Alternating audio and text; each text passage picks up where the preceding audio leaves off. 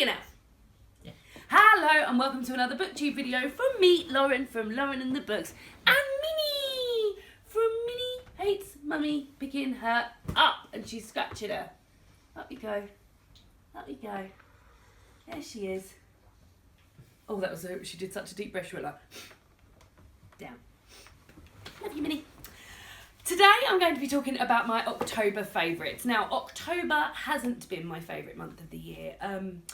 Earlier this month, I lost someone very, very dear to me, and there was I was wondering whether I would even be able to find things in October that I could remember that I had enjoyed, because October has been so tough. However, there are plenty of things I've enjoyed in October. So I wanted to do this video to sort of highlight the good as well as the bad, and the particular person that I lost would definitely want me to go on and continue to enjoy things. So I just wanted to do a small little disclaimer at the beginning, just to say that October's been tough, but I'm fine, and David's fine, and it's all going to be okay. But so I will start with things that have been good in October. I'll start with the book that I read. So my book reading was a bit mental in October. I didn't end up sticking to my October TBR barely at all, and I will go into, and you'll be able to see that more in my October wrap up. But one of the books I did read, like I ended up reading like small short things that I knew that I would enjoy, things that were easy to digest and things like that. And one of the things I read was a book that I had bought for my friend Laurel, who had then lent for her birthday, and she had then lent it back to me.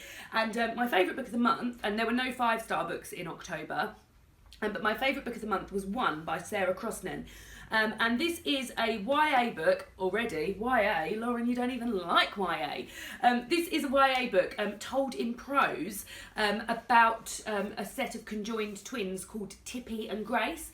This was unlike anything I'd ever read before, and I was surprised at how early on I felt so attached to these characters. And considering there's not much text on the page either, the things that were able to be conveyed to me by sort of like page 40, I was fully invested in these characters, and I was like, oh my goodness me, I love these girls. So this was really, really different to anything I'd read. I absolutely flew through it. The fact it's written in prose, as I said, there's not much text on a page at any one time, and some they're set into sort of like poems, obviously, and some of the poems are literally like 2 stanzas. That's harking back to the old GCSE English. But this was completely different to anything I'd read. I really, really enjoyed it. I didn't want it to end, and I actually cried at the end. And I was like, oh my goodness me, I can't believe this is going to end. And I really, really loved it. And I would urge anyone to read it. And I think I think David should read it. David? Mm-hmm. I think you should read this. You're right. Done. He's decided he's going to read it. I think this is a great book to get people back into reading if they've been away from reading for a while. I think I looked at it and sort of thought, oh, I don't know, I'm going to get on with this, with it all being written in like this different way, but I really loved it. I thought it worked perfectly for the story, and I just thought it was amazing, and it was wonderful, and I gave it 4.5 stars, and I really, really loved it. So that was my favourite book of the month, One by Sarah Crossan. My favourite TV show of the month, and although I was so happy this TV show was back, I'm also very sad because very sad things happened in it. So The Walking Dead is back. It is series 7. The series 7 premiere of The Walking Dead came back. I don't really want to give any spoilers away, do I? I was going to say, yeah. Well, I was going to say. You can say there's a spoiler, so if you don't want to, skip it. So at the end of season 6, there are going to be Walking Dead spoilers here. There's no way I can talk about this without people knowing. So put your little fingers in your ears until I give the wave, and then you can come back. So at the end of season 6, a new character, Negan, was introduced, and Rick's clan was put in this line, and he was basically walking around with his, he definitely was, Lucille, his baseball bat, which is a baseball bat wrapped in fucking barbed wire, and he was going to kill one of them. He ended up killing 2 people. One of which was one of my favourite characters in the whole thing, so I was very, very upset. And the other person I really did enjoy as well.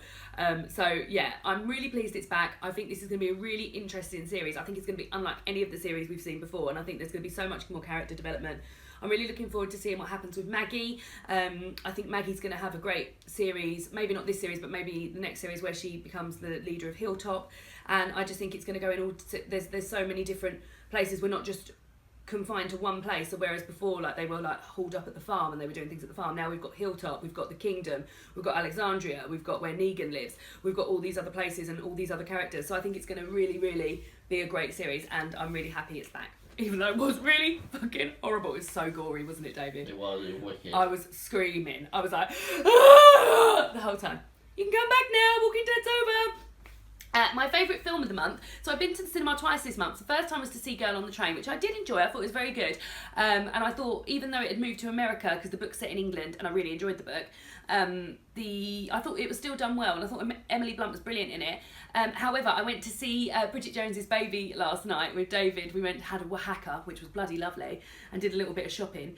And Bridget Jones's Baby was brilliant, wasn't it? It was very good. It was so funny and so like uplifting and joyful and like light-hearted, but also like had some really nice touching moments in it, and it was really nice. I loved Bridget Jones and Bridget Jones: The Edge of Reason, the films when they were out, like I think that was like 10 years ago, was it? A long time ago. And I loved them when they were out then, and it was really nice to revisit the characters, and I think they've maybe left it open for another one, which I would definitely enjoy to see. How did you find it, David, as a non-Bridget Jones watcher? It was funny. I liked it. David thought it was funny and he liked it. Yeah. I had a little cry. Did you have a little cry? No. Oh, no. It's got a really good soundtrack as well, hasn't it? Yeah. The songs in it were very, very good. So that was my favourite film of the month. I've just looked at the state of that tripod. Look at it. Oh, no. Need a new tripod, guidance. Need a new tripod. The next thing that is my favourite thing for the month has been mugs. So, Christmas is on the way, and I've bought a set of Winter Wonderland mugs that David told me I wasn't allowed to open until Christmas. We've rebelled. We opened them today. It's the 29th of October. It's not even November. So these guys are from Asda, and they cost £9. You got 4, and they stack like this. Here's the 2. So this one's got like reindeer on. This one's got like a sort of Argyle pattern. Argyle? Fair Isle pattern.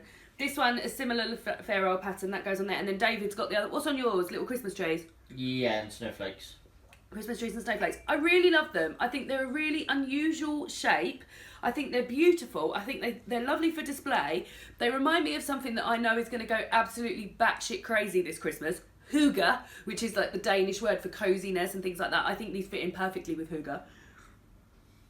And I just think for £9, they're really, really nice. And I like an unusually shaped mug. I think they're really, really nice. I'm going to put them down here because I want to enjoy my tea. And I just really like them. David, however, thinks they don't fit enough tea in. No. But I think they fit a nice amount of tea in, and I just really like the shape. I just think they're really cool. And we don't have a set of matching mugs, so when people come over for teas, we just have to give them like loads of random cups. So on the lead up to Christmas, we're going to be able to give them actually like nice matching cups. Unusual shaped cups as well. And then the mug king and queen of the world. So yesterday we went to the cinema. I feel like I've become really close to you. Yesterday when we went to the cinema, we had a quick jet around Bluewater, which is I really like going there. It's a good shopping centre near us. And in there, my favourite shop in the world, Anthropology, we got 2 Christmas mugs. So this is David's one. It is bluey green on the inside, and it says Joyeux Noël, and it has a little snowman, almost got that Father Christmas then, and Christmas trees and things like that. It is amazing. These are definitely not being used until the 1st of December. And then my one is yellow on the inside, and it just says merely Christmas, and it's got little Christmas house scene, then a reindeer with a sled, and then underneath it's got a little present, and underneath David's it's got a little holly leaf. These were £12 each. These are amazing, aren't they? There is no way we were going to leave the shop without them. They're so nice. Like, they're really heavy as well. And they've got nice big handles, and yeah, I'm just really, really delighted about these. Similarly yesterday, although this is not included in the whole of yesterday, another thing that I've been enjoying in October, I said August then, in October, is the fact that we've had lots of like seasonal releases from Lush. So Lush is mine and David's favourite place to get toiletries and treats and things like that. We love it in Lush, don't we? And David, what are you doing on your phone that means you can't even tell me how much you love Lush? I love Lush. What are you doing on your phone though? Nothing, but I love Lush. What do you love most about Lush? The bath bombs. The bath and bombs. The beard wash. And the beard wash. And what else do I like in there? Christmasaurus? Oh no, my body lotion spray. Santasaurus. Oh my god, that smells lovely. Right, so we've been buying quite a lot of the stuff that is out from the Halloween range and also from the Christmas range. So from the Halloween range, David has found that he absolutely adores Lord of Misrule. So this is the bath bomb, Lord of Misrule. They do a whole range of Lord of Misrule things. One thing being shower gel. David likes this because he thinks it smells like Disneyland. So, and I know what I think I was the one that said I think this smells like Disneyland. And it smells like lots of sweets and excitement. And it does just smell like Disneyland. And it's got sort of like a smoky scent underneath. Like not a fag scent, like a smoky scent. So that's one thing we've been buying. Also, now it's Christmas, all the Christmassy bits are out. So yesterday we got, so we've already had one of these. This is the Santosaurus. So this is a bubble stick. This lasted about 8 baths, which is unbelievable. So it's £6. So that's like less than £1 a bath, which is really good considering bath bombs are like £3, almost £4. This you just swirl around in your bath. It smells lovely. So off the back of already enjoying one of these, David bought this one yesterday and we'd already enjoyed it. I bought myself this little wand. The thing is though, I don't know the actual name for this. It smells lovely. Do you want me to have a look? No, it's all right. We'll be all right. It's got a little bell on it. It's on a little cinnamon stick, and it's got a 5 spice in the middle, and it looks like it's got cloves throughout. And I hope this one's going to last as long as this one did, because it's 8 baths, and these are £5.95 each. Also, I bought myself the Rose Jam Shower Gel, which comes out at Christmas every year, because you can only get it at Christmas time. They do it in a gift set throughout the year, but it seems a bit excessive to be buying a gift set just to get this little bottle of shower gel. But this is my favourite shower gel. I love rose scented things. And then when I was in the Blue Water Lush yesterday, the lady was kind enough to give me a little sample pot of something called Rose Argan, which also smells lovely. And it's a body conditioner, so you put it on like when you're in the shower still and you rub it in. I've just had a shower and done this very thing. And then it's like a shower gel cum body lotion. It smells lovely. 2 other things is, this is another bath bomb that was out for Christmas. It's called Northern Lights. It is purple, and then it has blue at one end and yellow at another. I think that's going to be an absolute colour sensation. And then the last thing I've got is a fresh cleanser. I'm mad on their fresh cleansers. I absolutely love them. This is something that I've never tried before, and now I'm never without one. This is the Christmas one called Bouche de Noël. It smells like Christmas pudding, and it's got bits of gold leaf in it. It's got cranberries in it. It's just ground almonds and a drop of brandy for an elfy glow. Elfy, like healthy. And this, I haven't used this yet. I've got the cup of coffee one that I use in the morning to wake me up. So this I'm going to use of an evening, and absolutely loved it. So those are the things that I've been buying in Lush. Lovely things. Tell me what your favourite Christmas and Halloween things are for Lush. I'd love to know. And then finally, one other thing that I did the very, very beginning of the month, it may even well have been the 1st of October, I met up with some booktubers, Mercedes from Mercy's Bookish Musings, Caitlin from Kitty G, Sam from Cold Tea and Crumbs, and Eleanor from Eleanor Reads Books, and we did a escape room. It was a Harry Potter themed escape room, and it was amazing. It was called, oh my goodness me, I forgot what it's called. Something. I can't think of the name of I will link below what the actual room was called and how you can get in touch, because if you love Harry Potter, or if you just want to do a sort of tame-ish escape, it was still like complex and like we had to use all of our 5 brains, but if you want to do one that isn't gonna have like mild threat or anything, because when we did one before we were a bit frightened, weren't we? We did one called Joker's Asylum, and I know there are some that like got murderers involved, not actual real murderers, but like the basis of the story. This was just lovely. You just had to like graduate from the School of Witchcraft and Wizardry. It was just so much fun. Me and Mercedes just spent our time like popping on the old cloak and like wafting our way around the room, and we had to I don't want to tell you too many details because I don't want to ruin it for anyone, but it was just amazing, and they just put so much effort in, and it was incredible, and I was just so impressed with how good it was. And then we did like a little bookshop tour, and I ended up buying quite a few bits, and yeah, it was just a lovely day, and it was really nice to meet up with some booktubers and just have a nice chat, and it was just lovely.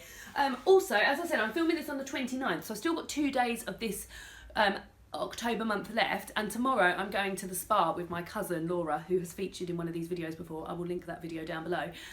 We are going to the spa. We do a supper club at my cousin's cafe, and we've been saving all our tip money up, and we've bought ourselves a spa weekend, and we are so excited. I cannot wait. I've got a massage booked, I've got a facial, there's like, the spa's supposed to be amazing, and we're going to watch some DVDs, we're going out for dinner, going out for breakfast. It's all going to be lovely, and that goes tomorrow. So I know that will be one of my favourite things, because I've just been looking forward to it so much. But that will probably be sort of like a one that appears in my November favourites, because I can't talk about it yet because it hasn't happened. But yeah, I'm looking forward to it. So those are the things that I enjoyed in October. What are the things that you guys enjoyed in October? I would love to hear from you. And I will see you all again soon for another BookTube video. Goodbye!